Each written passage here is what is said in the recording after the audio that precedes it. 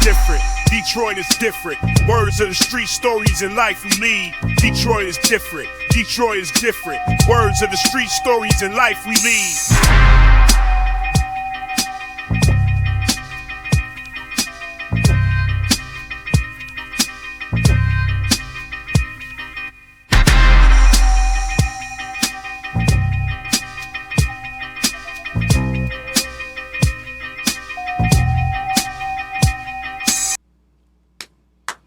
Welcome back to the Detroit is Different podcast studios. And in studio, I have somebody that definitely was like, yo, I'm getting in there. So this has actually been like almost the top of the year from last year coming this way. Brother, that's definitely in a lot of development of what's happening in community and also connecting y'all to great opportunities and resources of different forms of development. And that development also connecting to cash. And even before the discussion of all of that started, I found out has a little bit of production experience, which y'all know we love production. So we're going to definitely get into that. Ken Elkins, how you doing today? Hey, Kari, I'm doing wonderful, brother. Wonderful. Thanks for having me on the show. Yeah. Just so excited to be here and break bread with you and, converse. Definitely. And actually, you was like the greatest spokesperson in the collard green cook-off commercial that we kept running all summer, and that's going to be coming soon. Y'all see I'm wearing my green shirts now. It's about to start in getting in rhythm. You about to get ready for the collard green cook-off. And you got collard greens on the wall, too. I see that. You ready to go. It's everywhere. It's everywhere. So get ready for your tasting tickets and all of that stuff. More of that is coming. But if y'all see, like, the commercial, it's like he gives, like, a impassioned, it's like, I don't know how my people caught it, but it's like, it fit as I was cutting the commercial. I'm like, hell yeah, that works perfect. Well, it made, man, that collard green cook-off was fire.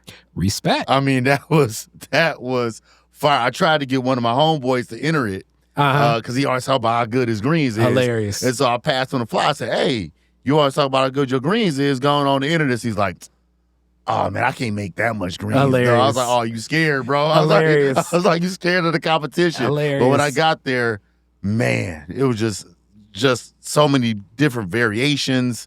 It was really, really dope. That was really dope. I enjoyed it. Yeah, man, and it was a great collaboration with Black Leaders Detroit, an organization you for sure familiar with. Yes, sir. And that connection, Joseph Walker Williams Center, it was a fun Detroit event. 2024, a lot of good energy, great outdoors, right in the neighborhood. Yep. A lot of vendors was out there. It was a dope event. Yeah. The event was dope, and again, it was funny, the judging of the college. Oh yeah, that is. I mean, the championship was for show credit. Howie Bell, like I said, Howie, I got to get Coco in effect now because I was like, Howie, you crazy. But even Tony Stovall was like the energy, and my spice and everything. Yeah, it was good. It was really good. Yeah, so yeah. I hope it's that good, as good, or even better this year. Not just the food, but just also the entertainment of it all, right? Yeah. The competition of it all, the judges, the people, the environment. So it can only get better. So I'm looking forward to it again. Definitely. We're looking to continue to add more creativity into it. It's a lot of my passions of loving sports, loving entertainment, loving community. It's like connecting, as I say. This is one of the few experiences where you can see like a grandma like engaged the way I watch like boxing matches or something. You know what I'm saying? Because that's or like a dunk contest or something. Right. You know what I'm saying? They're like, how they give him 7? Right. That's exactly it too. But it's right. You got the young chefs to the old chefs. Yeah. Males to females. Right. Mm-hmm. People with restaurants. The people just cooking it at the crib. Yeah. And that was the joy of it all too, right? Just to see the variations of what those folks can create and bring to us. And then, like, I like going around talking to people like, what did you think about that one? And they'd be like, yeah, that one was a little bit sweet right there. I'll go to that one. That got a little bit that's a little bit spicier. You know what I mean? So it was good. It was really good. Yeah, man. Yeah. And talking about these same collaborations in community, we always start these Detroit is Different with you and your story in community. So your Detroit roots, where did they start? Yes, sir. So actually, I'm originally from Saginaw, right? All right. Sag nasty. We definitely have to talk about that. Saginaw is the Flint of Flint. Right. It's the Flint. It's the Flint of Flint. Everybody from Saginaw go to Flint to hang out. Everybody from Flint go to Detroit to hang out, right? Like everybody worked their way down south to find the next happening thing, right? And so, actually born in Pontiac, raised in Saginaw. My mom moved to Saginaw when I was like 5 years old. Okay. So moved to Saginaw, went to school in Saginaw, went to Ferris State University. And then once I finished Ferris State, I actually got an internship here at Ford World Headquarters. Wow. So that was my first internship. I graduated with a degree, as I mentioned, in media and multimedia production. And so I started there pretty much working the video crew. And a kid from Saginaw coming to Detroit, in this giant building, right? Well, it seemed giant at that time, a kid from Saginaw in Dearborn, where I'm working with the owner of Ford. So we got to unpack and get some Sag nasty stories in the mix before we even get there, because we've had in Detroit is different journey. So shout out Jason Ford, shout out Sam Robinson. We've had some talks about Saginaw before and what it is. Because people don't know. It's even like it was a viral clip where Draymond Green from Saginaw. Was talking Saginaw. About, he was like, them Detroit dudes, anytime we play basketball, we was coming bringing it to them. Right. So because Saginaw, we got Saginawians, as we like to call ourselves. We got a chip on our shoulder, right? Yeah. It's funny. When I was with BLD, we did a town hall in Saginaw when we do the bike ride. And the mayor came to that town hall, and she said at that time, which was great because I've been saying it ever since then, she's like, we don't call it Sag nasty. We call it Saginaw, right? Okay. Right. And so, and it was just establishing this new reference to Saginaw. And especially just like Detroiters would feel a certain way when people talk about Detroit that never lived in Detroit. Yeah. Saginawians feel the same way about Saginaw. It's like, you don't have the right to call it Sag nasty if you don't live in Saginaw. And if you haven't visited Saginaw, right? I can take that. It's in my mind, sort of like the Easter people would be like, the crooked eye. And they'd be like, right. If you ain't lived here, you can't, or even visited, right? Yes. But with that chip on our shoulder, and I've definitely grew up with that myself, and as I started to enter the workforce, it was always one of those things, to where we believe if you can make it out of Saginaw, you can make it out of anywhere, right? And that's what we honestly believe. And I would get into debates with my Detroit cats all the time. I'm like, dude, let me just draw this reference, to where, yes, things are hard everywhere, and especially in different environments. Some of us come from different, more savage environments than other, and things are difficult in certain areas. But I would always say to them, you can drive down the street and you can see, 10 miles away from you, giant buildings. Right? You can see across a whole nother country. You can meet people who are moving, people that look just like you, who are making movements. You can see jobs out there that you can say, or careers rather, I want to be that person. And you can see brothers or sisters in that career and say, I want to be that person. That did not exist in Saginaw when I was coming up in Saginaw, right? Like, the best job was working at the mall. So he was like, ooh, what you gonna do? Shit, I'm working at Ganto's. I'm gonna work at Gap, right? That was what you wanted to do, because at the time we did have an automotive plant there, but they closed the automotive plant now. Yeah. And so once they closed the automotive plant, there was nothing else left in Saginaw. And so, but the streets, right? And so to really make it out and to set a goal for yourself when you didn't see much of anything, it was kind of difficult. So when I went to college, I originally went to college to be a teacher. And the reason why I went to be a teacher, because that was the only professional I saw. Wow. I didn't see another professional anywhere but the people who taught me. They looked like me.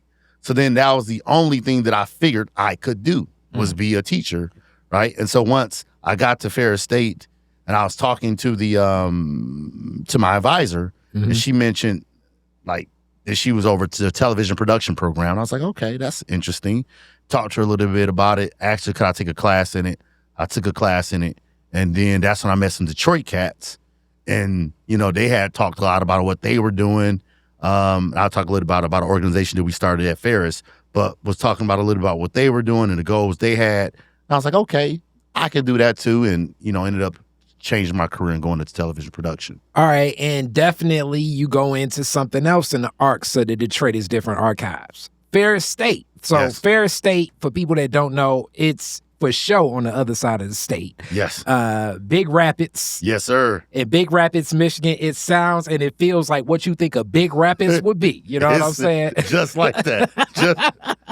So they like, ooh, is that a black person? Yes. It is. Yes. Can I touch you? Yeah, it definitely is that. And it places you like in some different spaces where you've seen a lot of Michigan, and I've uplifted this before. I've been a truck driver before, so I've gone to a lot of these spaces and places too. It's different actually living in those spaces. And uplifted, as I say, shout out Ferris State. So first off, I want to say Dr. Khaled, and shout out to Omari Barksdale and a lot of the work they were doing, organizing on that campus in a lot of different ways. Yep. Your Ferris State experience, and you talking about TV production, but before TV production, what was that like? Just that campus and that field so different from Saginaw, I'm guessing. Yeah, it was. I mean, it was very different because again, there's probably about 1,000, less than 1,000 black folks at Ferris, right? So you're definitely a small fish, but even more than that, a lot of the people come from Detroit. Yeah. Right? And so not even smaller. So the Detroit culture come up there. You got some Flint cats, some Detroit cats, and then some Saginaw cats. And so, you're we all got our own way of doing things. At that time, I still had a tail. Oh, so man. all them Detroit cats is roasting me. Hilarious. Hilarious. Because they made me cut my tail off, bro. Oh, man. Yes, they be like, look at him. Look how country this is. It's like, oh, man. I was like, I went to the barber. I swear, I think my first week, these Detroit cats was roasting me on my tail. The next week, I went and got it cut off. I was like, oh man, let me cut this off. But it definitely was a difference. And you mentioned Brother Barksdale, Murray Barksdale. So when I got to Ferris, I found myself at a place that I was fortunate enough to get, but I did not know how to stay. You know what I mean? I didn't know, because I wasn't originally a college-bound person. The only reason why I even went to college was because my girlfriend told me she was going to college. So my girlfriend was like, hey, I'm going to college. She was going to Southern. She's like, I'm going to Southern A&M. I was like, okay. And she was like, where you going? What you doing? Like, at the time I was working at Chuck E. Cheese. I'm like, well, shit. I'm about to keep slanging these pieces at Chuck E. Cheese. Back to like we respond to what we see and what we know. What we see, what we know. I'm like, I'm gonna make it to manager. You know what I mean? And then, what? There you go. Yeah, exactly.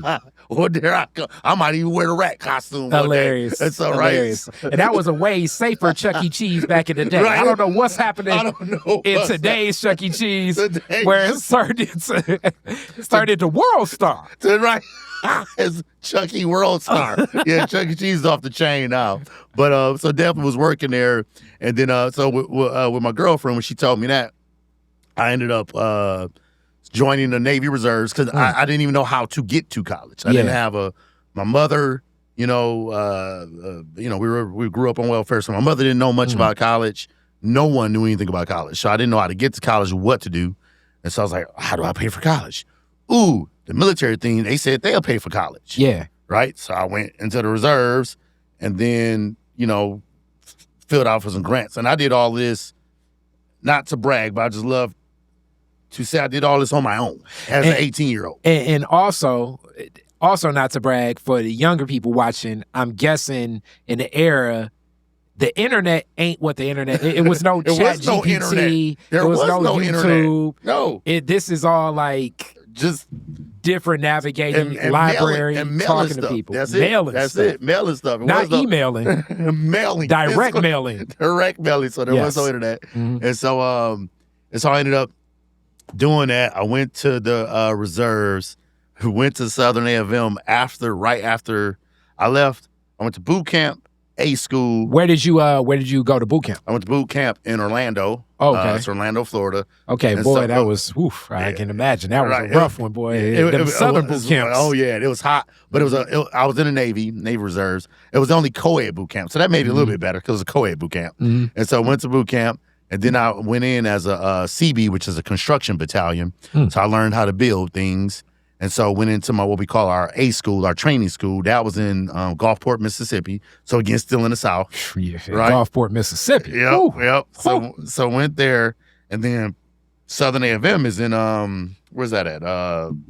Louisiana.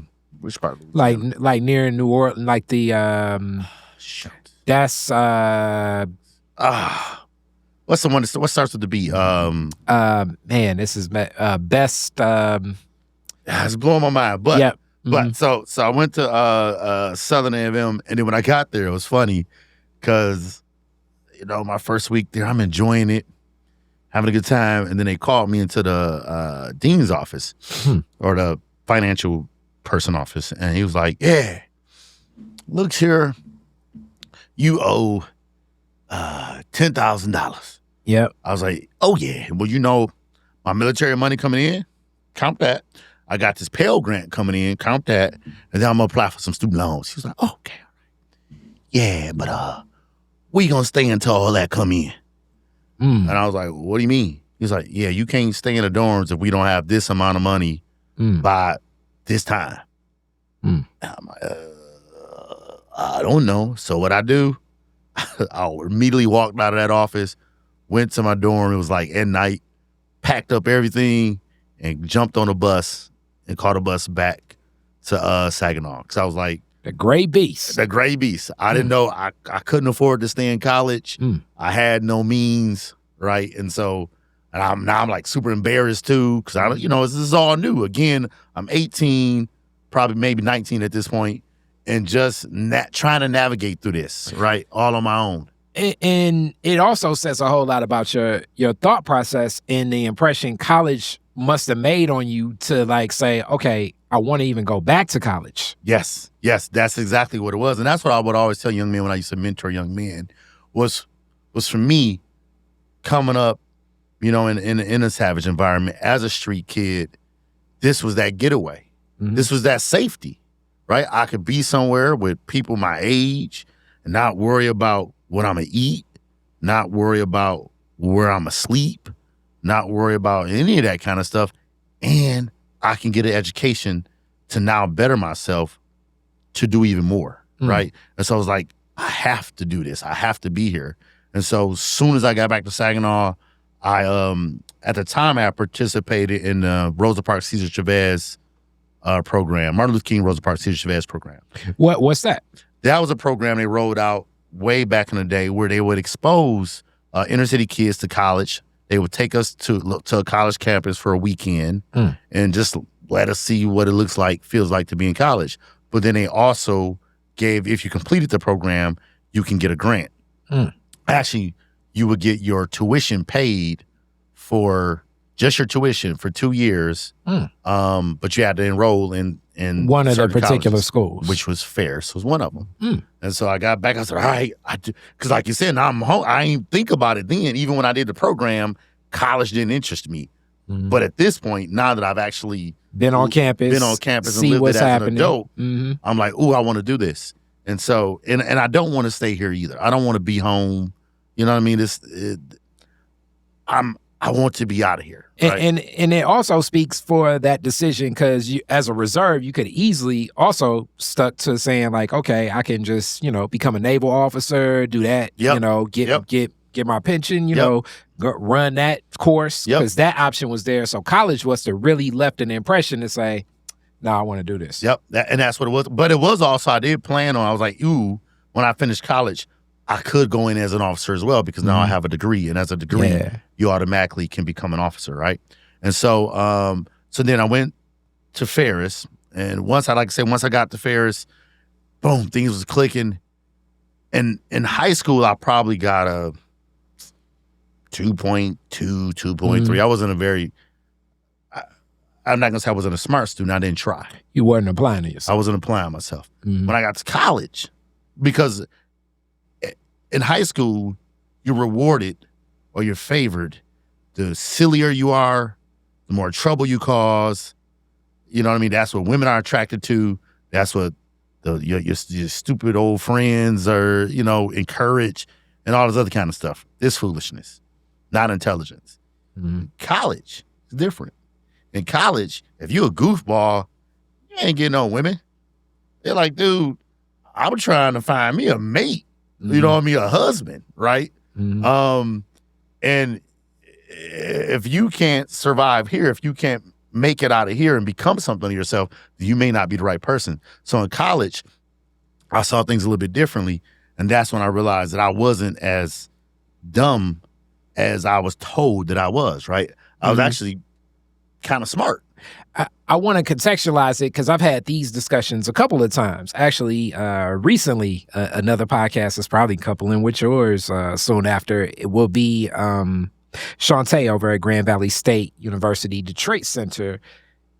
College, I would say definitely in high school, and we talking as brothers. So, like, yes, in high school, you're focused on girls and your homies. Like, that's just where the mind is, right? So I know that it's a lot of mothers probably watching this like, you shouldn't be in high school like that. But that's how if you want the honesty, that's how it was, especially in that era. Yep. Now, the younger dudes now may move a little differently. A lot of culture is shifting. But definitely good. Of that era, yeah. Now, the other thing that was so unique is high school it doesn't offer the opportunity to engage and challenge and question the way college does. Yeah. For me, that I think opens up, and rest in peace to Jawaza Kenjufu that just passed away, message of educating so many young Black boys. And that's the thing. It's like college welcomes critical thought and challenging things. High school is more like, sit down, be quiet. This is the lesson. This is what we got to do. This is how it is. It's not the space of why we doing calculus in the first place. Right. Whereas college, many professors in my college experience love that engagement, which I think engages the mind, especially of young Black men, a lot more than being told what to do so much. Yeah. You have more of a, like you said, a freedom. You're not being told you don't even have to do this. Yeah. But you got to want to do this, right? Yeah. Right, and that's what it was for me. It grew to that point.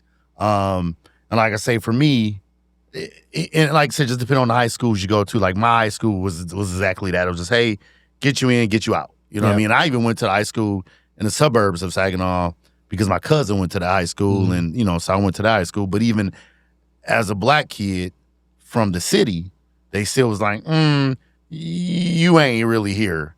We just gonna get you out. You know what I mean? The intention wasn't.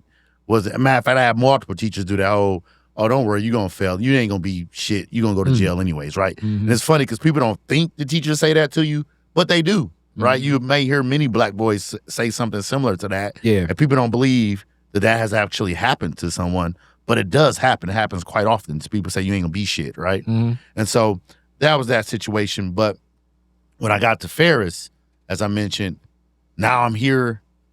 I want to stay here, but I'm not equipped to stay here. I don't know how to test correctly. I don't know how to deal with all these white folks. I'm out of my environment. I don't know how to deal with the Detroiters. I'm out of my environment. You know this is also, I'm guessing, because what era are we talking? I'm guessing like 1994. So like mid-90s. Yep, mid-90s. So this is before a lot of the colleges have what they call Black programs, which I'm guessing due to our current president may not exist. But a lot of the PWI, or predominantly white institutions, usually have like a week on campus where they welcome a lot of like the Black or Latino, Asian students to come on campus, get familiar, kind of navigate around and immerse themselves in what the campus environment is. Because a lot of students that they saw that were, especially Black students, Black men specifically, they weren't coming back after like 1 or 2 semesters. Right. So it's like less similar to what you're saying, that those programs were created for that. Yeah. To where you just jumped into it. Yeah. And you're not prepared. And so while I was there as a freshman, coming back to Omari, me, 4 other freshmen, Omari, and another Omari at the time was a sophomore. Yep. Sophomore. We started an organization called Black Leaders Aspiring for Critical Knowledge. I knew you were probably about to say that. Yep. Because he was speaking about that group. Yep. So now I love that I could get another lens of it. Yep. And what he was doing. Because he even said, like, and this is, so more praise to you if you were in this group. He was like, yeah, man, even like with the white folks, we'd be shoveling snow and all of this type of stuff, just be involved in community. And I'm like, first off, big rapid snow shoveling. Right. Because like I say, I was a snow truck driver. Yeah, that's a different kind of snow. and it's a lot colder, too. And it's a hell of a lot colder, right? Yeah, it's like, like down here in Detroit, we like, whoa, it's going to be like 8.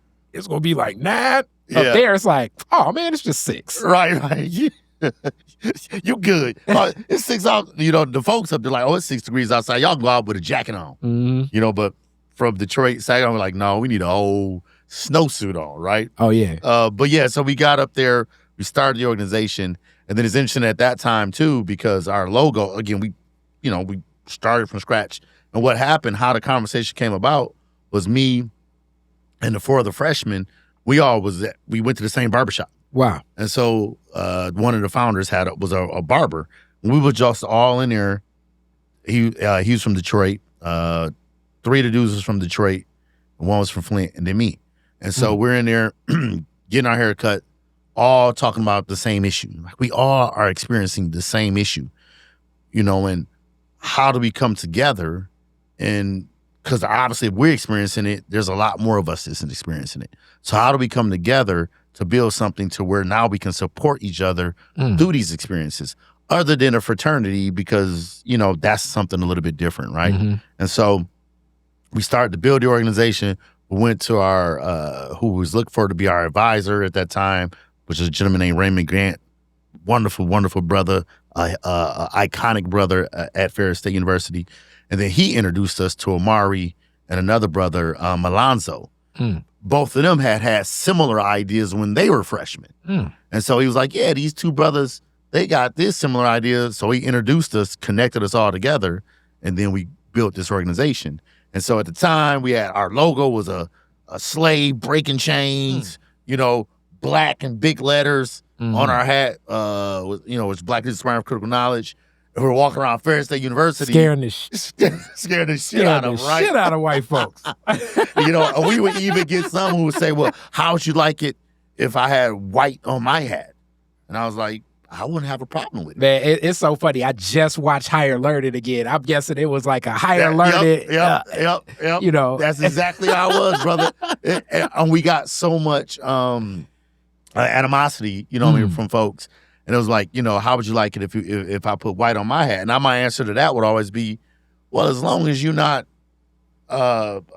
encouraging hate, then I don't have an issue with it. There's nothing wrong with loving your race. No. You should love your race. If you white, you should love to be white. Love to be white. If you black, love to be black, Hispanic, whatever the case may be, right? But as long as you're not perpetuating hate for another group, if you're not oppressing another group, or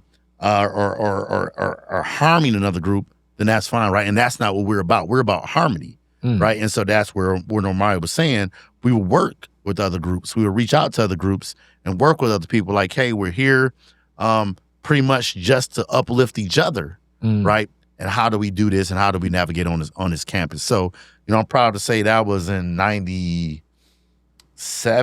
That was in 97. And, the organization still exists. It's in 3 other campuses. Wow. And so, it's a very proud moment for me, for us, to be able to create something that lasts, but also be able to create something that just helped a lot of black men, helped a lot of black boys, just like me, who got to Ferris, who didn't know their place, right? Couldn't join a fraternity, didn't have anywhere, a brotherhood to go to. And now they've even opened it, since I've left, they opened it up now as black men and women. So it's now a co-ed organization, right? And so, but just to be able to experience that was pretty dope. So, can you share a little bit about what that brotherhood did for you and your journey on campus? and what it meant to have that. It's interesting because it's two parts. So part of the brotherhood was just, again, having someone to talk to when you feeling inadequate, and so you feeling that certain way. You got another brother kick with like, oh man, don't worry about that. I had him this time, another, it ain't that bad, whatever the case may be. And so that type of situation, it came into play a lot. Having a group of brothers that you can roll with, and the young men are different now. They like to be kind of off to themselves, but at that time, we were part of community, and you were looking for what community you wanted to be a part of. And so to now be a part of a positive community versus a negative one, that's going to take you down the wrong road was extremely beneficial.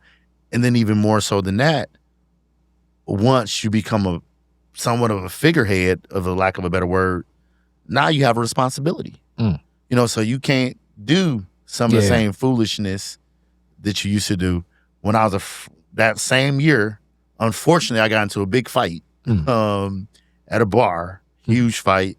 And then when the next day, all the brothers from Black, called me together, and it was like, dog, you got to hold a meeting and apologize. I was like, what? It was like, yeah, you got to hold a meeting and apologize. That's an embarrassment to us as an organization. Wow. And so that's what I did. I actually called a meeting for all the Black folks who would attend, and I got there and I apologized for what had happened, right? And went into that. But and then another part of that brotherhood was and having that there was also having an avenue to get things done, right? And so I always had a story that I used to tell, or that I tell, about driving from, at that time I had a girlfriend that lived in Flint. My first daughter's mother lived in Flint. And so I would drive back to Flint to visit her. And of course I get pulled over by the cops. There's nothing wrong, but they pulled me over. And then the cop was like, hey, state trooper was like, hey, do you mind if we search your car for drugs and guns? And I'm like, well, let me back up. First, they asked me for my identification. I gave them my college ID, my driver's license, and my military ID.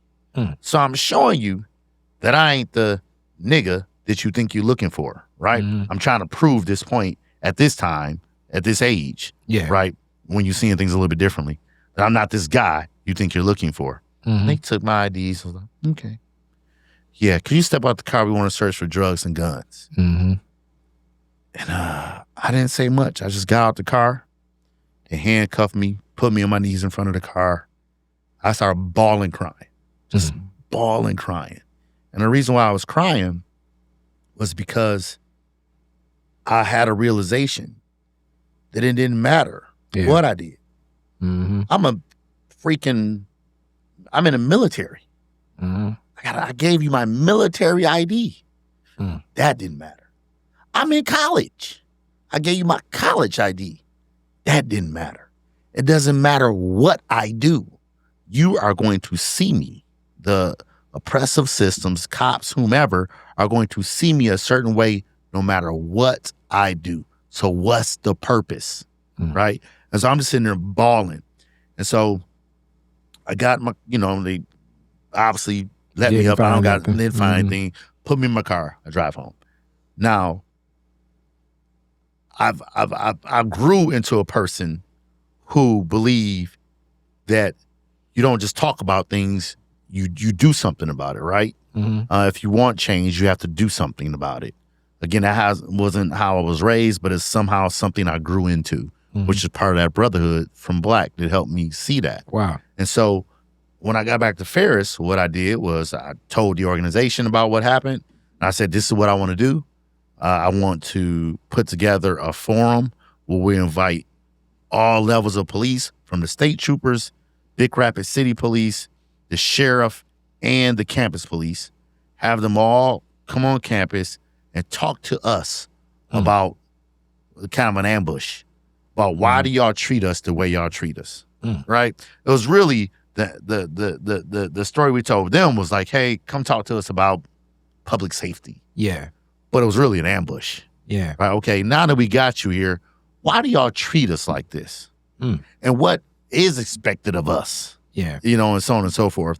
And so that went really well. I think one thing I ended up getting out of that, which, I still don't know, because at that point when that happened, I did tell myself I would never, ever get out of my car again, ever.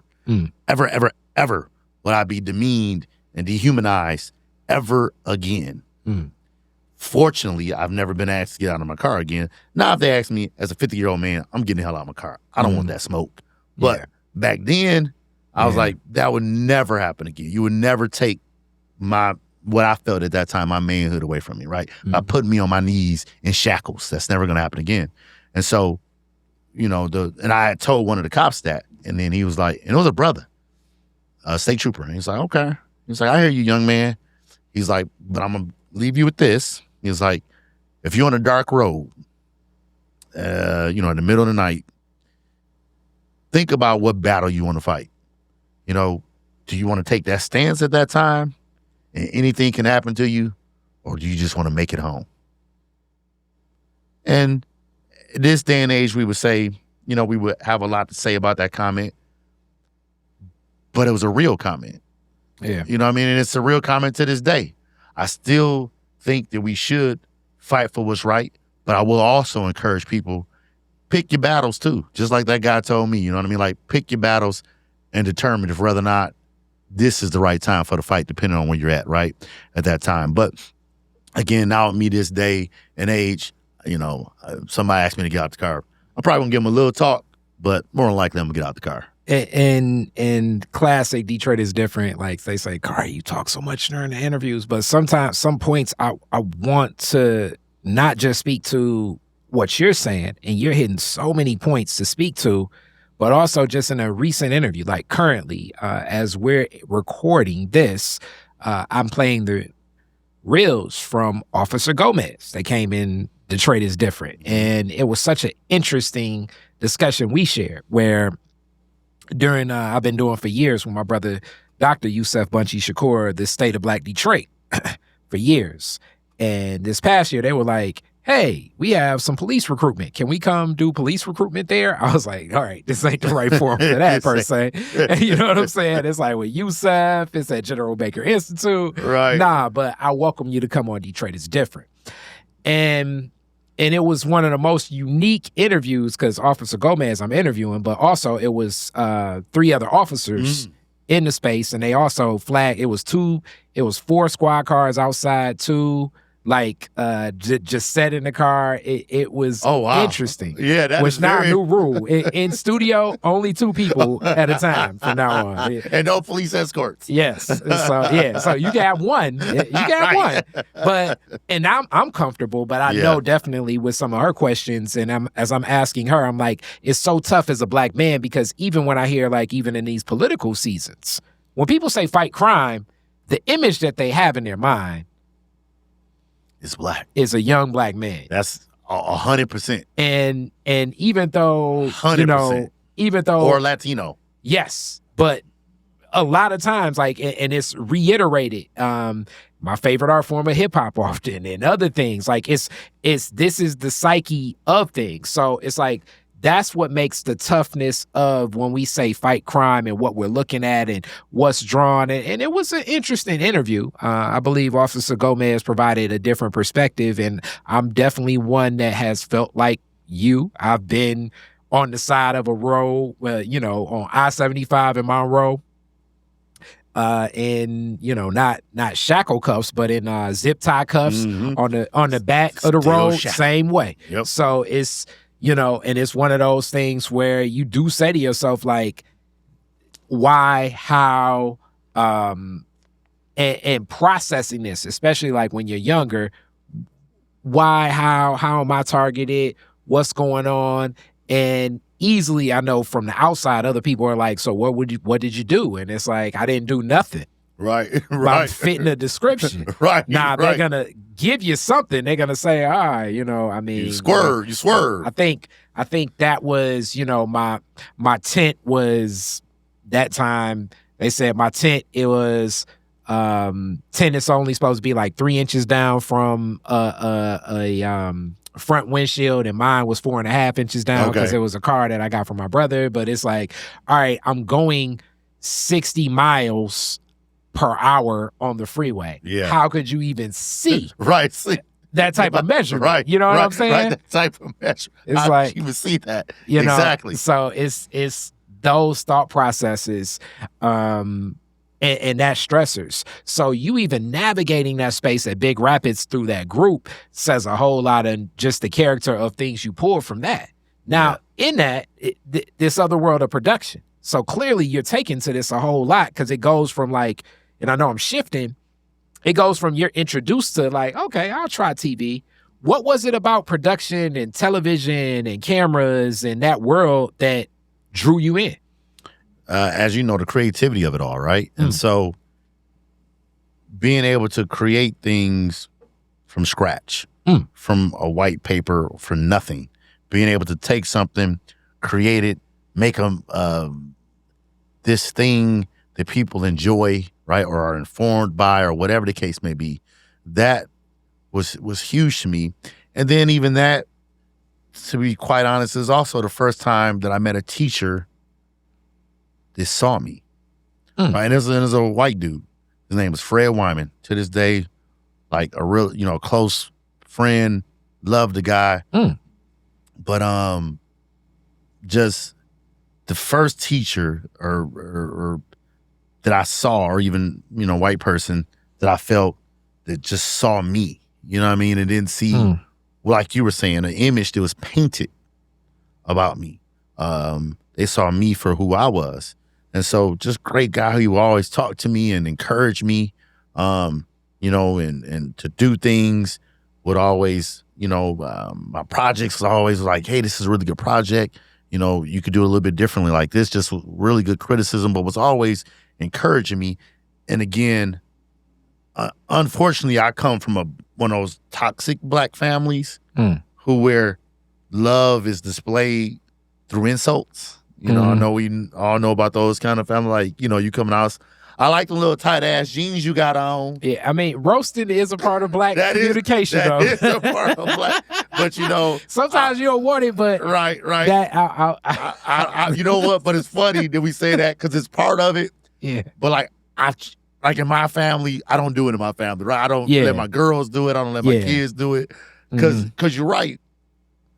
It's part of I don't think we understand what it does. Yeah. You know what I mean? To where it fucks with your self-esteem. It if definitely somebody call does. you fat all the time, no matter how beautiful you think you are, you still gonna think you fat. Yeah, that reminds me of like one time my homegirl, shout out to Angel, like her little cousin like got like one of his first jobs, and he had the uniform on. It's like, you got them uniform pants on.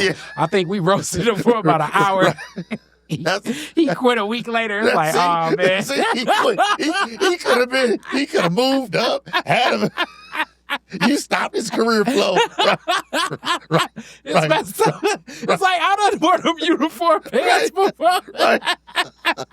But we kill each other. But even more so than that, even because even a roasting, like you say, I'm from that. I still do that with my friends a little bit. Yeah. But it was more so of you can never give a compliment without an insult. And that's what I mean by the toxic family, right? To where, like, no one has ever said to me as a young man, you are intelligent. It's more you think you so smart. You know what I'm saying? It's like, yeah, you think you don't figure this out. And it's like, there you go, right? Or no one ever said that, that my skin color was attractive. Yeah. There's always little black ass. Little ugly black ass. Yep. You know what I mean? And so... And it gets into the psyche. It gets into the psyche, right? And so, like, even when my niece does it now, and I correct my niece on it, and then she'd be like, oh, they know I'm just playing. Right? And that's how we feel. Yeah. Oh, they know I'm just playing. They know I love them. Then say it. And also... Say you love them. And also, it's back to... somebody else I follow on YouTube. I like a lot of her content. Dr. Tracy Marks. It's back to, like, are your compliments outweighing your insults? Yep. And are you only commenting on, like, do you ever come and just like, yo, Ken, that was dope. But if I'm always only bringing insults and complaints, that energy starts brewing more like, oh. Yeah. You know what I'm saying? Yeah. And it makes you insecure in a lot of things in life. You may not even know how insecure you are, yes. right? Or how fearful you are to do things because all you ever heard was that negativity all the time. And then the other toxic trait, then people are kind to you and you be like, oh, they trying to set me up. Right. You know what I'm saying? Right. I know this. I know. I know what that means. Why you so... I know. We are so much like that. You know what I'm saying? Bro, You be like, you trying to, I know the, hey, I like your vehicle. It's like, oh, here we go. Right. I can't park in this lot. Oh, don't let no dude be like, my man, that shirt look nice on you. It's like, This is one of them funny niggas. Yeah, I know. I ain't like that, Chief. You know what I mean? Yeah, like, I know. It's like you can't take the compliment. Yeah. Because like, you're not used to it. Mm-hmm. You know what I mean? So I grew up in that kind of environment. And so to now be somewhere and have someone who is encouraging me. Yeah. Right. And I was like, man. This is new. This is new. And then a teacher for that, because I never got encouragement from teachers. So it was like, bet I can do this. So it was my love for the work that I was doing for creating things, that new space that I found in creating things, the new space that I found in someone telling me that I can do this and that I was good at it. And then between my classmates, I was actually good at what I was doing. What were the type of projects you were shooting up there? So so we were shooting film. So we had to edit on film, right?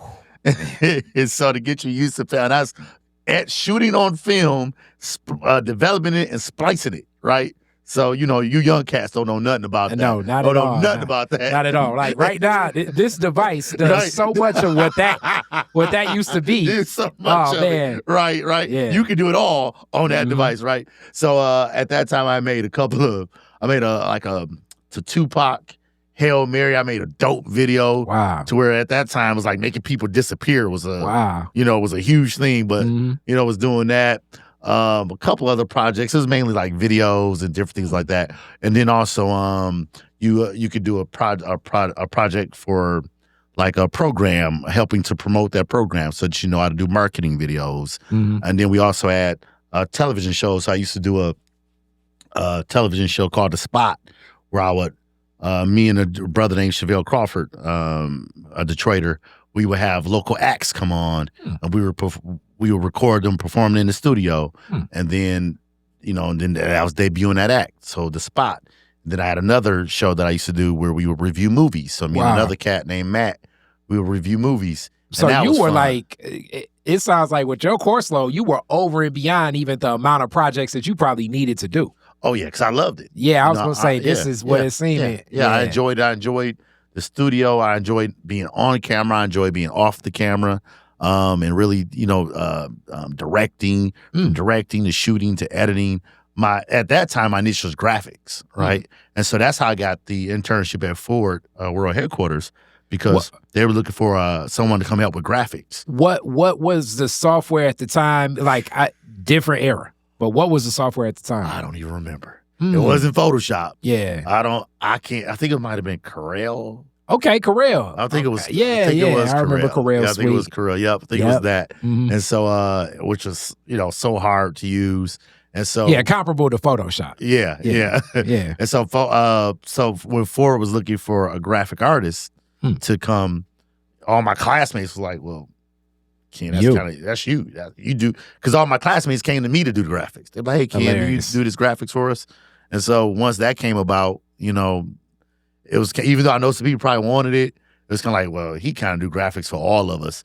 No one even competed for it. So I went and did it on my own. So something else you open up a point I gotta raise up. So when people, and I've been in the hustle with this for so long, but people take for granted that in video world of even YouTube and Facebook and Instagram and all of that, graphics really play a lot of a role. Like, you could just shoot the video straight, but how I'm going to design the lower thirds, how the splat, like I have to intro a video with something like, you know, the music and animation when you all started this video and you all saw the Detroit is different spin around and then start, like all of this is animation and graphics combined. Like all of this are layered on top. You all think it's very easy because like I say, these phones do a lot, but they're doing a lot of work that still you have to know in timing and you have to have like those hours worth of like, okay, I want this to spin and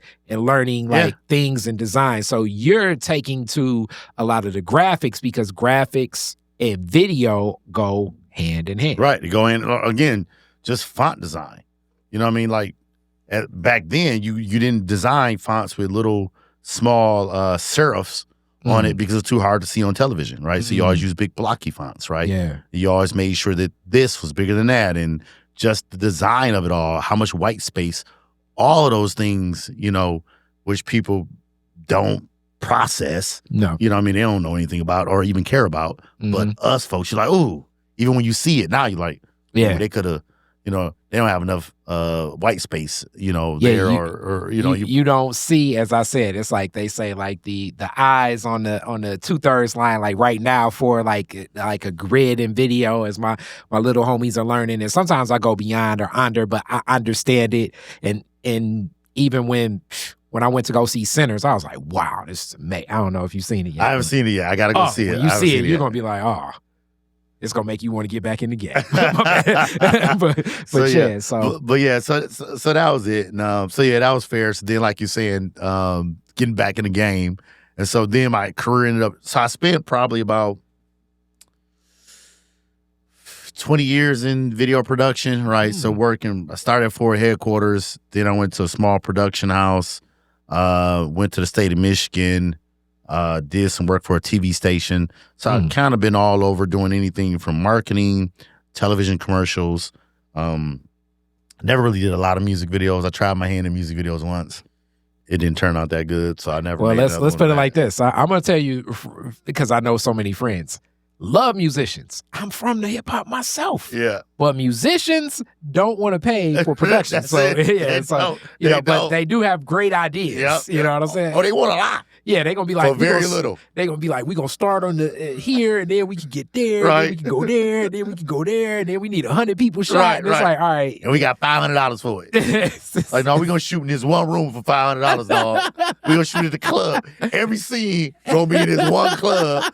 That booth, the bathroom, wherever we could go. For that $500, right? And then they'll tell you in classic production, it ain't gonna be that hard. Right. You don't even do what I do. You know what I'm saying? You don't even know the difference of even lip sync. How difficult, especially back then. Now there's software to make it, a little bit easier.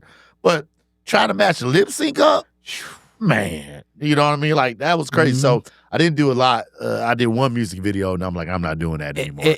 And also, it's a world of one of the photographers I work with, Mark Master Pietro, has been working in just the photography end of the automotive business out here because there's a lot of houses that do that stuff. But the natural next question is, you never thought about like, well, really then it'd been like New York or LA more so in production.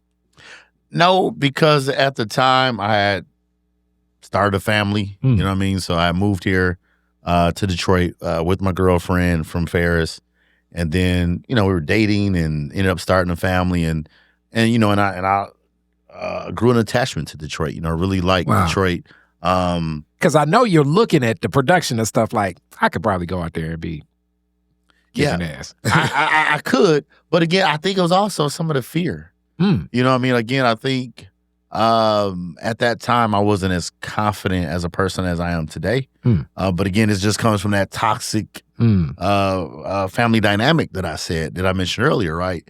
To where, for those people out there, I know some people say, you don't have to tell your kids they can do anything. Can our kids do everything they want to do? No, not at all.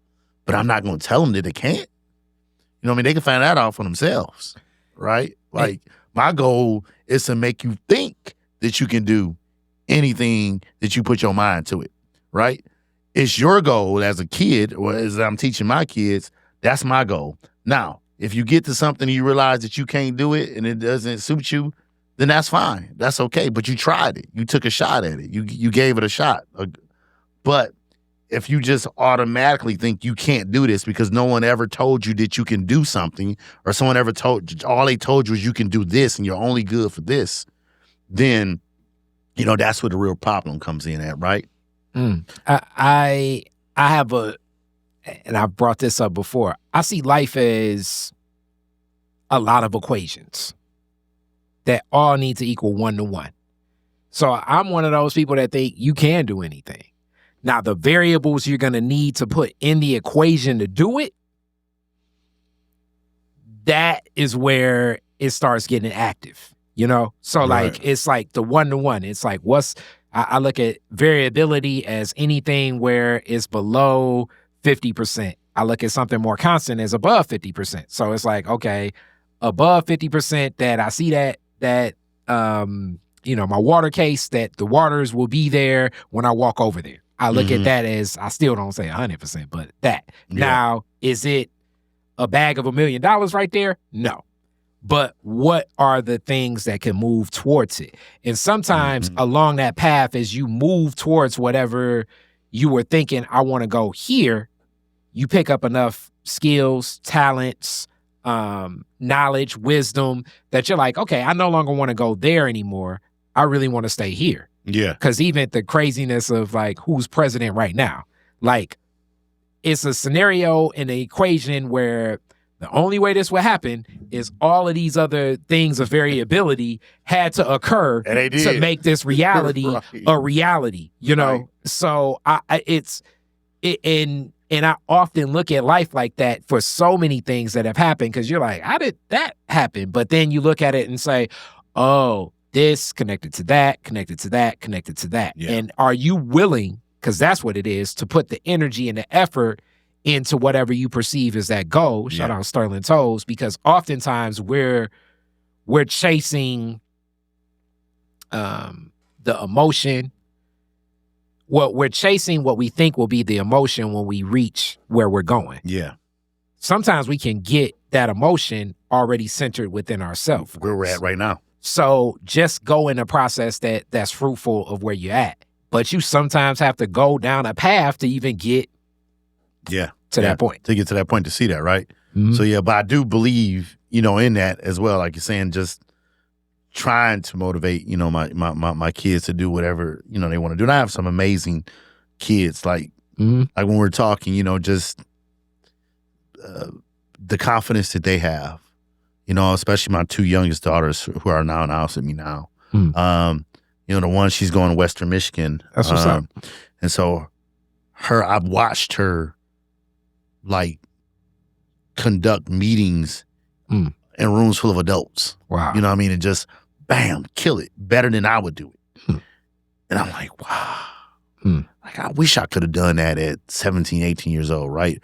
Or just her confidence in she had to lead a meeting she's the president of Black Student Union at her school. And she had to lead a meeting.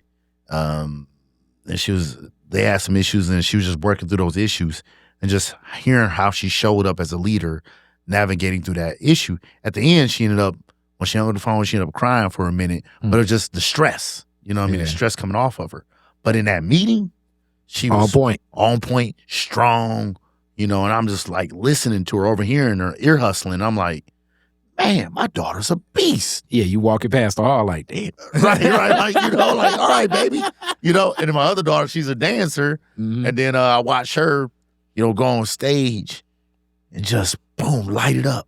You know what I mean? And our family motto is don't blend in, stand out, right? And so that's how I live my life as an adult, and how I taught my kids to live their life is to don't blend in, stand out. And no matter what you do, if it's grades, if it's dancing, if it's leadership, if it's in everything, don't ever feel that you need to blend in, stand out. And, and that's how you become, in my opinion, that's how you rise to the top, by standing out, in my opinion. It's interesting that you speak to that, because that kind of goes back to lessons you learned in Ferris, which now goes into the question as we get closer to a close here, community. Right. Because community will thrust you because it's like more eyes are on you. So as more eyes are looking, you're thrust into positions to stand out a whole lot more. Right. Because more people are relying on you to stand out. Yeah. It's hard, it's like pick up basketball. It's like if I'm the captain, you relying on me to be like, yo, give me the rock. Right, you know what I'm saying? right. If I'm shooting shots, I'm shooting for first. You know what I'm saying? Yep. I can't be the captain, pick you and say, hey, take the first shot. It's Right. like, They're looking at you to take it and run away with it, right? And that's where I'm at when we speak into community. And like I say, how my career shifted. I ended up going from television production to running a mentoring organization. That was my first true job in nonprofit, in a nonprofit community world, running doing that. Then I went to Youthville, Detroit, ran their production program they had there. Yeah, I remember they had one. Yep. So I did that, where I met a lot of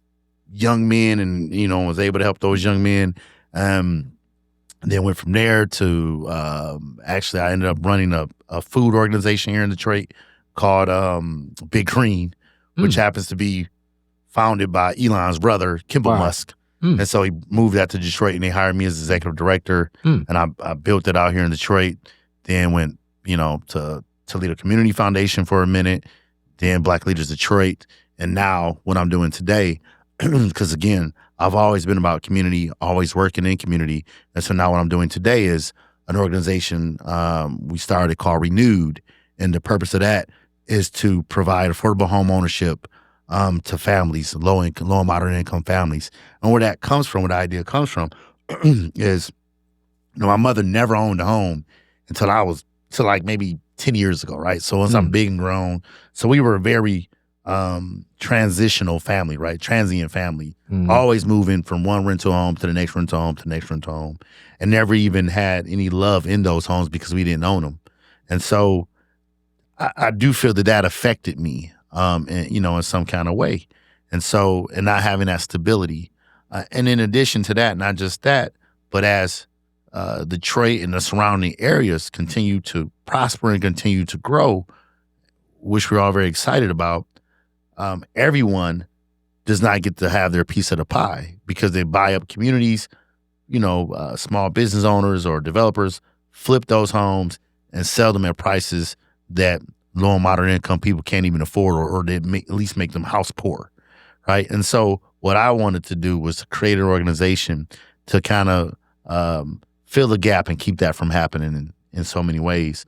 And so what we do is we buy homes that need some love, a lot of love, little love, put that love into those homes and sell them to low and moderate income families at a cost that does not exceed 25% of their gross monthly income, right? The standard is, even when you go get a loan, is that it doesn't exceed 28 or 30% of your gross monthly income, no matter what you make. That's the standard. We want to keep it at a level to where it doesn't go past 25% of that, right? And then that's, again, for lower moderate income families. So that's people making anywhere from, $35,000 a year to, $67,000 a year, right? And so really working with that dynamic of folk to make sure that they can purchase a home, own an asset, that they can somewhere down the road use that asset to start their own business, because now they can borrow from that asset, right? Or they can give it to their kid to start their own business and pull some money out of it for that, or even pass down to their kid, right? And so just looking at a way to help these families, again, acquire those assets. And so what we're doing, another thing we're doing to help start that organization is right now we're hosting our spring sweepstakes. So we got a $25,000 spring home makeover sweepstakes. And phenomenal prizes we're giving away.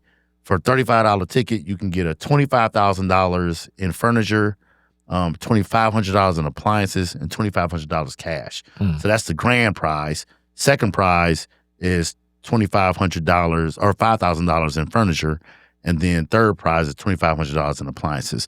So you can win great prizes, and all of the proceeds of that go into renovating these homes that we're purchasing and renovating for low and moderate income families. So that's what I'm working on now in community. Again, I've been all over the map at doing different things, but I've had all sorts of passions, right? And so I've been very fortunate enough and blessed enough to build systems to address a lot of the things that I'm passionate about, and to have people that I work with that are passionate about those things as well, and I've been able to assist, like Dewan or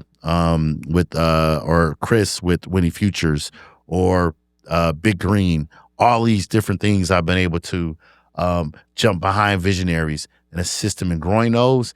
And now I'm like, okay, let's grow something that I'm passionate about, that I'm most passionate about. And so that's what we're doing now. I love that story. Put me down for 10 tickets. So that's Gotcha, one. brother. And that's going to be much. sponsored through Detroit is Different. So you can distribute those how you like. I don't know in what type of sweepstakes of the Detroit is Different 10. All right.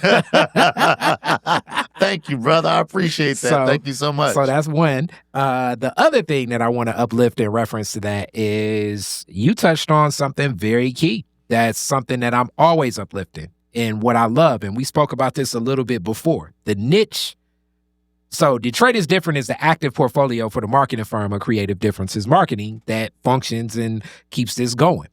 And our niche is really telling legacy Detroit Black stories, meaning like Detroiters that have been here for generations that we're really looking at since the 60s. So like families that have deep roots in the city of Detroit. Communities like mine. That's why I think it's a competitive advantage to have people come in a place like this, because my block is the Detroit that's usually displayed and on TV of oh, this is revitalized. I think my community is closer to like the average Detroit neighborhood, and it's for sure the block. You know what I'm saying? It's going to be that feel. You know, you pull up and kids are outside playing. You know, many of these homes and what's needed to the structure of these homes, as I'm an owner of a couple, it's tough because I hear these discussions that many politicians are saying, and I'm not necessarily just saying in the city of Detroit or the state of Michigan, but just across the nation itself. They talk about affordable housing, and I hear the numbers. I hear the area median income that our AMI stretches because it's a federal discussion, and it's federally set, and it stretches even to Grosse Pointe. So the AMI versus the people that I know that live over here, that are gonna be working more common places, or if they've been unemployed so long, they're displaced workers, disability, hustle here and there, you know what I'm saying, stuff under the table, which creates a whole nother reality, which is closer to the Detroiters in the Detroit that I know, that I see, that does function. And I'm throwing all this stuff out there before this, and this is a long preface. As I said, I haven't spoke so much in a podcast, but you opening up the gateways to speak. We're looking at, you know, rents being like $1,750 for a 2-bedroom, and that's considered affordable, and that's subsidized through government agencies. And you say to yourself, like, first off, that 2-bedroom is probably a mother that has children. It's not like a 2-bedroom where it's like, oh, 2 people coming together and it's like you rent a room and I rent a room, and or we a both mother with renting. 1 child, or a mother with 2 children. This is a mother with like 4 children. With 4 children. $1,750. And $1,750, really, you're looking at first month's rent and security deposit. So you might as well say, okay, that's $3,500. $3,500, unless it's around tax time, even if they can slide in there, what does that really look like? You know, as a lot of the outskirts of Detroit are welcoming more people from Detroit. Also now the way credit is so tied to rent, you know, that transient households and that housing instability, where so many of these challenges, even when people talk about those students, I was talking to somebody and they're like, you know, I'm like, a lot of the challenges in schools are that the students are more transient. You know, it's so many renters now. I grew up in a Detroit where everybody almost owned a house on the block. Like these houses that are dilapidated, I knew the house when the people lived in. Now that I know the renters, now you know the renters, and I'm getting to know, how do we change those renters into homeowners? What does that look like? How does that function? And a lot of renting under the table, because I know a lot of this stuff ain't up to code, but it's like they can only afford $500. And now as many of these houses are being partitioned off, and people are renting rooms and sharing bathrooms and kitchens because that functions as I know people in real estate, that's what's happening. Yeah. Yeah. And these are the discussions that I sit and I watch the political discussions and what they're talking about, and, you know, the subdivisions and all of that. And I think to myself, like, okay, and then I hear like, shout out Chase Cantrell, and even the cost, because I know this is from a business lens. So they say like, okay, the cost to develop, to build a 3-bedroom home doesn't even make sense to do something like that in Detroit. Right. But how many 3-bedroom homes are needed? Right. A shitload of them. Yeah. But the cost, it doesn't make sense, especially with the cost of material And right that's now. Or especially right now. At this right now time. with tariffs. And I mean, so all these issues kind of stack together around so many of the other ones. Because it's back to like, yeah, if you don't have housing stability, it's going to be tough to sleep. If you stand in that place where it's like, man, you know, it's like, yo, you know, because I've even had for years, like when people know it's like, my flat ain't even ready. It's like, I don't care, man. I just need a spot. Yeah. You know, I don't need that. And I'm like, Right. I give you something. It's like, man, you're going to have to stay there for free. I'm not taking under the table rent. Right. But that's a me thing. Yeah. But how that functions, and people just live in these cycles because the elephant in the room, shout out Dr. Yusuf Bunchy Shakur, is so much poverty. Yeah. And now the discussion, I think, is shifting to like, how do we raise the people that are impoverished to a middle class so that we can't have such an income problem, because that's the elephant in the room some people see. Anika Goss-Foster from Detroit Future City just dropped a report about that. Mm-hmm. And this is why I love what you're doing and what you're speaking to, because it may just be from me living on the block I'm living on. It's such a disconnect from middle class, because it's those realities into the market and those opportunities where the thing that really still gets under my skin is even seeing all the work done in my community, and I don't see nobody that look like me doing it. Yeah. Right. Nobody look like you doing the work. Right. And at some point, the people who might live in a community may not look like you at all either.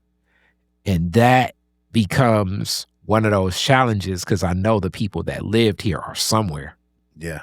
Where do they go? Yeah. What's going to be made? So knowing that you're meeting people at that 25%, they usually say rent shouldn't take more than 30%. Right. Rent or mortgage, whatever that may be. But now, you know, depending upon property taxes, that'll balloon when you get a house. And Right. the lack of like, you know, like all these issues, kind of like when people say like, you always talking about race, but this is where systemic racism comes. Most of these appraisers ain't from Detroit. They haven't. Well, that's really where it shows up at. They haven't stepped a foot in any of these neighborhoods. And they appraise.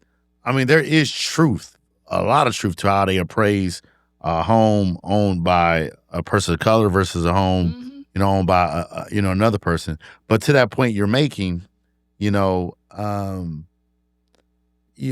class and lower class, all that stuff. I just remember as a young person, that didn't mean anything to me. Yeah. It didn't mean anything to my mama.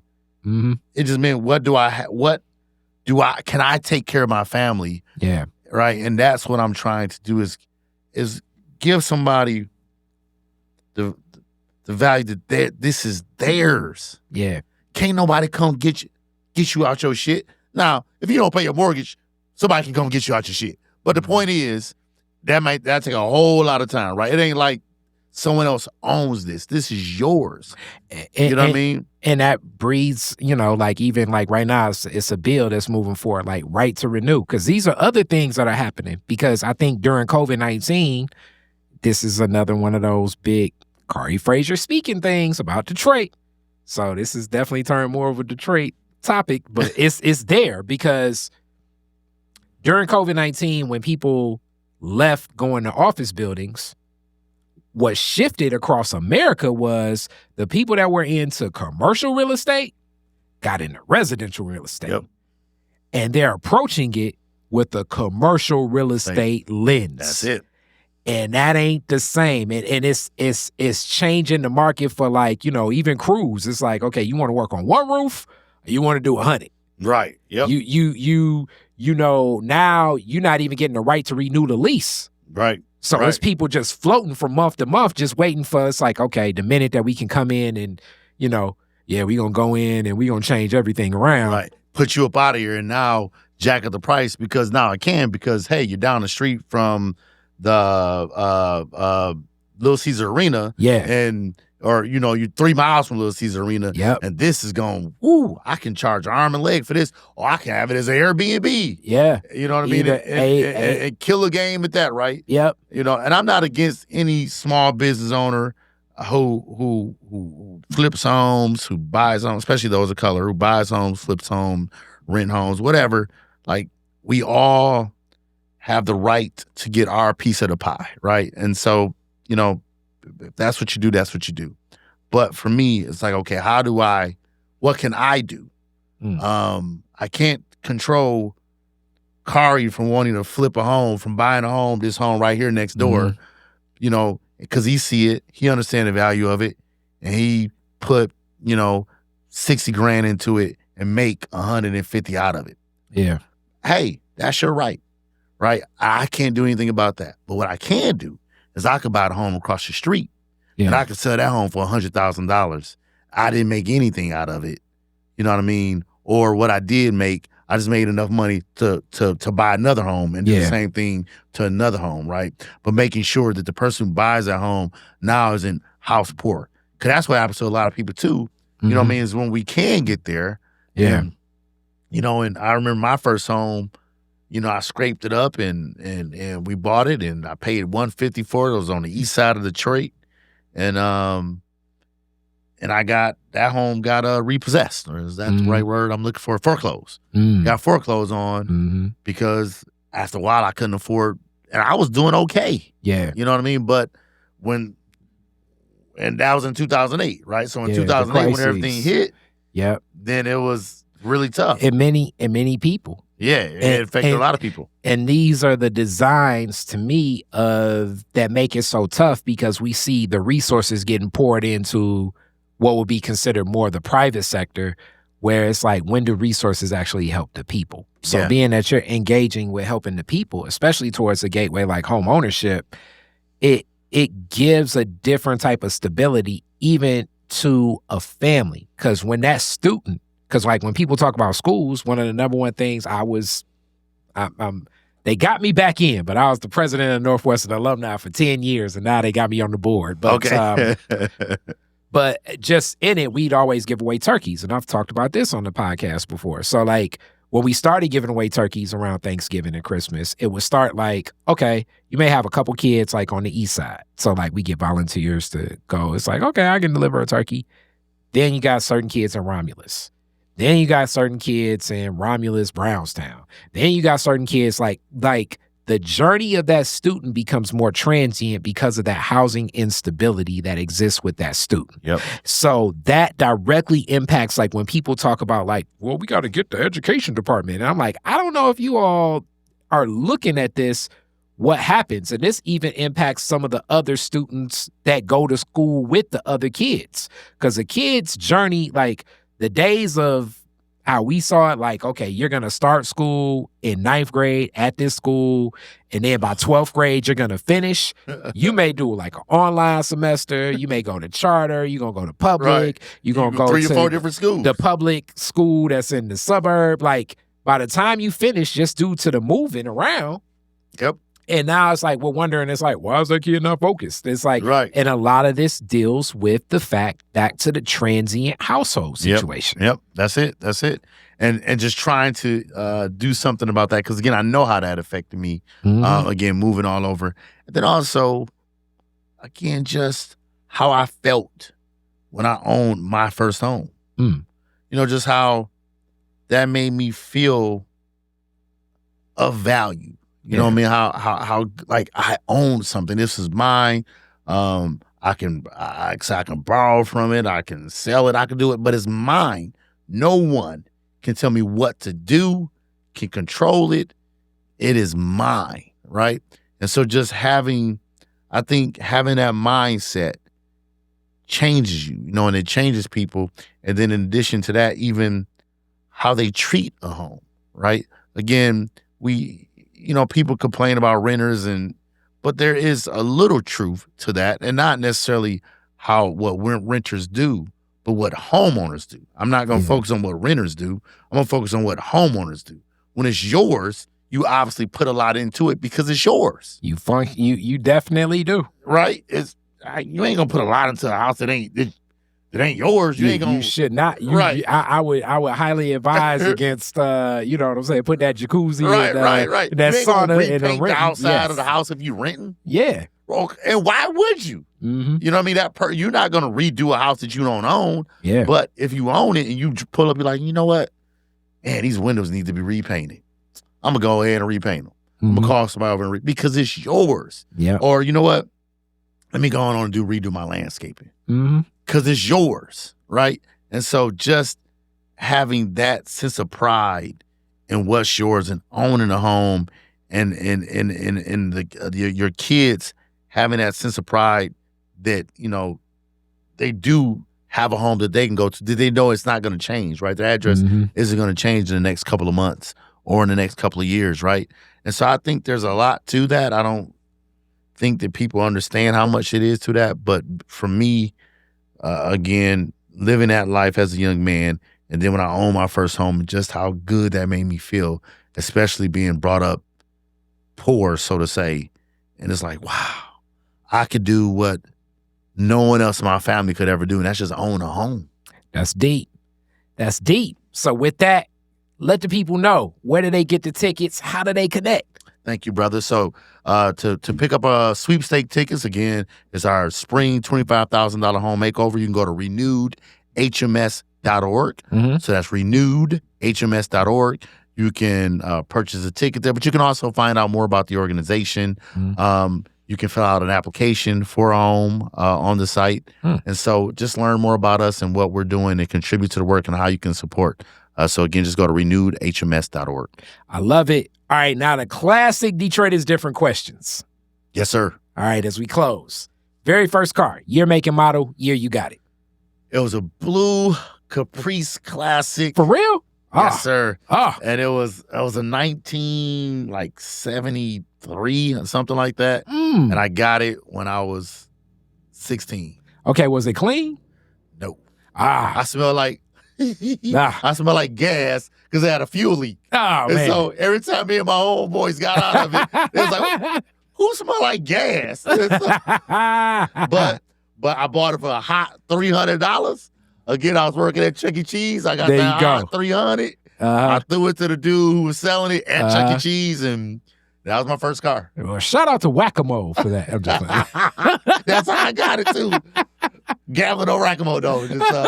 But yeah, man. So that was my first car. That was a hoopty, boy. It was a hoopty. Oh man. It was man. One of my favorites. Shout out to Sir Mix-a-Lot. One of my favorite songs. Right. Where's the first place you went where you got it? I think the first place I went was me and my boys went to the movies. So okay. That was our first thing because again, them cars was huge. So you can fit your whole crew in that car. And so everybody got it. Again, unfortunately, everybody smelled like gas when we got out of it. It was really like the My Hoopty video. Oh, yeah. It was definitely My Hoopty, man. You can hear it coming down the road, but you couldn't tell me nothing, boy. And again, my hot 300, I was joking with because, you know, I bought my daughter a car at 16. She still ain't driving that car. Hilarious. Right? And so I just cracked jokes. I'm like, I couldn't wait to drive. So I went and spend my hard-earned $300 for a hoopty. We ain't had no insurance on them joints. I mean, that's a hard. I mean, because I'm assuming back then minimum wage was like, I think like $7.50 or something like that. So that's a lot of hours. That's a lot of pizzas. Right. To get that hot 300. Yeah. But I got it, man. So we figured it out. All right, you're the DJ at the end of the fireworks. Woodward and Jefferson. You get to play 2 songs. What songs you playing? Ooh, that's a tough one. That is a tough one.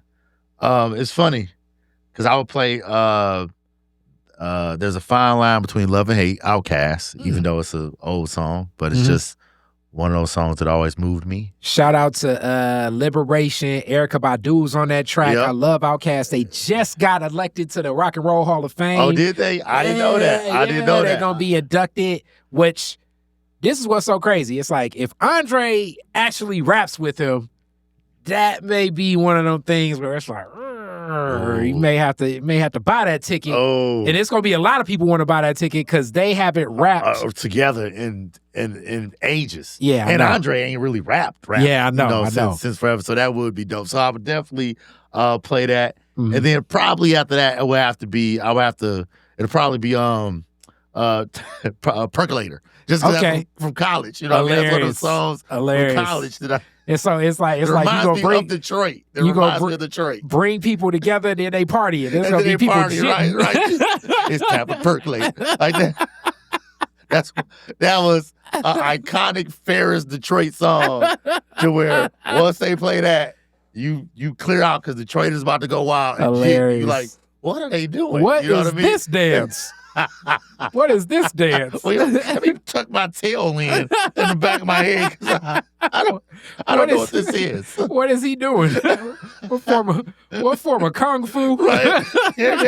What's with all this leg work, this footwork? Exactly. You know, so why are these men all looking at a man? Right. And we at a party. And he's doing this. It's like, okay, I'm not about to talk to her. Right.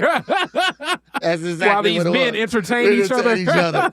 I don't know what they're doing. So, but that's what I would do, man. Get them together, like motivated. We can take on the world.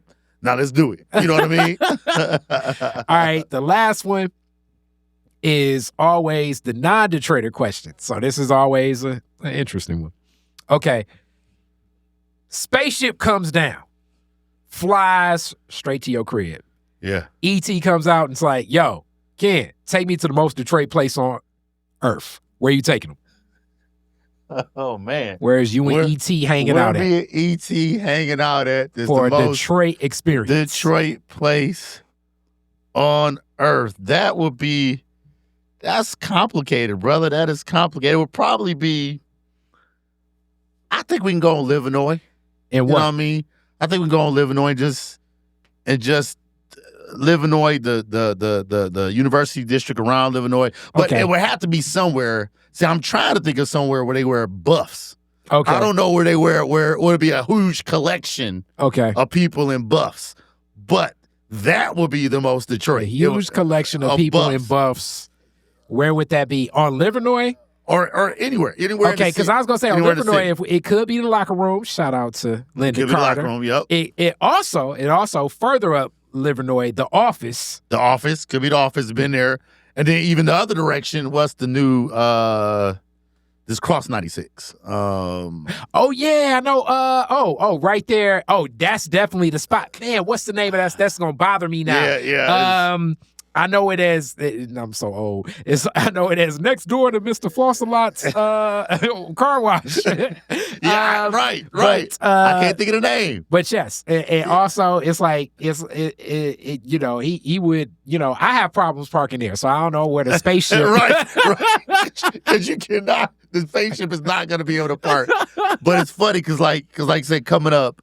To me, Detroiters were at that time when I was coming was the Coochie sweaters, right? Yeah. Again, ain't nobody saying I had no damn Coochie sweater. Yep. But shoes, when I got the Ferris, I'm like, where are these cats getting these fancy sweaters from? Yes. And another shout out to Mr. Flossalot. I remember many Coochie sweaters. Right. And then now it's like, the bus, right? So Cartier's that's definitely the Detroit thing. When you go to different cities, they know you from Detroit. Buy those glasses, so right? And that is dope that we do have an iconic thing, right? That people know us from, right? So you, E.T., E.T. gonna get some buffs. Get some buffs on E.T. E.T. go have some buffs. Eat lamb chops, because that's definitely Detroit too. Eating some lamb chops, you know what I mean? But the lamb chops gotta cost like $40 for 3. I don't know how lamb chops got so expensive. E.T. gonna be jitting. He just E.T. gonna be killing it. He gonna be killing it. So, but that's what I would do. Give E.T. some buffs, eat some lamb chops. I won't live in Illinois. I'm with it. I love it. That is a Detroit experience, and that is a very visual experience. A very visual experience. He might have some some white Air Force Ones too. Oh, Although man. I feel like a lot of people have stole Air Force Ones from Detroit. Like, the ATL, you hear them talking about it a lot. I'm like, this was Detroit. Yes. This was Detroit. I feel like maybe I'm wrong, but I feel like it's always been the strongest Detroit thing. They just not catching up to it. That poorly designed sneaker that I bought too many of over my life. Right. It's like, because it's like you just walking flat-footed. Flat. Even now, when we wear these, they flat as hell. But it's like poorly designed, walking like Frankenstein. Because the minute they crease, you're like, no arch support. Right? Horrible. I know. It's like, how was Rasheed Wallace? That's how Detroit he is. He was hooping in them. Crazy. That is crazy. And he was hooping as it was. Because they have no support. They're very uncomfortable. Horribly designed sneaker. But if they fresh and out the box. Forget if they hurt your feet when you walk. No. Because really, you shouldn't be walking that far in them anyways because you don't get them all creased up. But that's how you know Detroiter. You could go to Cedar Point and see some ones. It's like, yeah, he from the crib. Yeah, he from the crib. He from the crib. He got a what was that? Back in there, he got an Albasan outfit on. Wizzy. He from the crib. He from the crib. That's it, brother. Like, just to ruin your Air Force Ones going down here with her in Cedar Point. Right. Just messed the ball up. You spilled some caramel applesauce on your Air Force Ones. This is a wrap, right? But that's the good thing about living in that area. There are so many iconic stores over there now, and just watching or being able to watch that area grow back to where it was, before, the system to be, fucked it all up, right? Man, oh man, and I still love it. With that, Ken. Thank you so much. Thank you, brother. I appreciate this. I'm definitely going to bring you back in the mix. Please do. Yeah, this was fun. And now that I know you was in production, we got a couple new shows coming. So I'll run something by you. All right. I appreciate it, brother. Thank you so much. All right. Peace. Peace. Detroit is different. Detroit is different. Words of the street, stories in life we lead. Detroit is different. Detroit is different. Words of the street, stories in life we lead.